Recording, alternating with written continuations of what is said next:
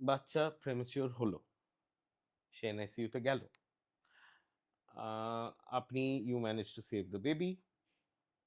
তারপরে সে এনআইসিইউ থেকে ইভেনচুয়ালি বেরোলো, সে বাড়ি গেল।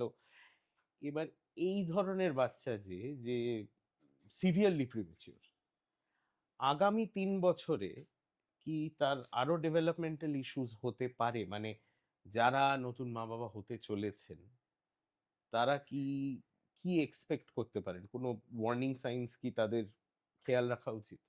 এটা একটা ভীষণ ইম্পর্টেন্ট কোশ্চেন।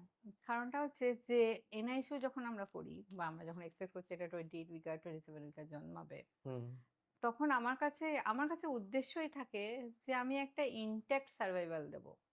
তার মানে একটা মা আইভিএফ করে ৪৪ বছর বয়সে একটা বাচ্চা পেয়েছে, তাকে যদি আমি একটা সেরিব্রাল পলসি বাচ্চা দিই, তাহলে তো তার লাইফটা আরো মিজারেবল করে দিলাম হুম, আমি। হুম, তো আমার উদ্দেশ্যটাই থাকে যে আমি তাকে বাচ্চাটা ফেরত দেবো শুধু না, বাচ্চাটাকে ইনট্যাক্ট সার্ভাইভাল দেবো। অর্থাৎ বাচ্চার নিউরোলজিটা যতটা সম্ভব ভালো রাখার চেষ্টা হুম, করব। হুম, হুম, এবং সেটার জন্য যেটা করতে হয় সেটা যেটা আমি আগেও বলছিলাম যে প্রিভেনশন অফ কমপ্লিকেশন।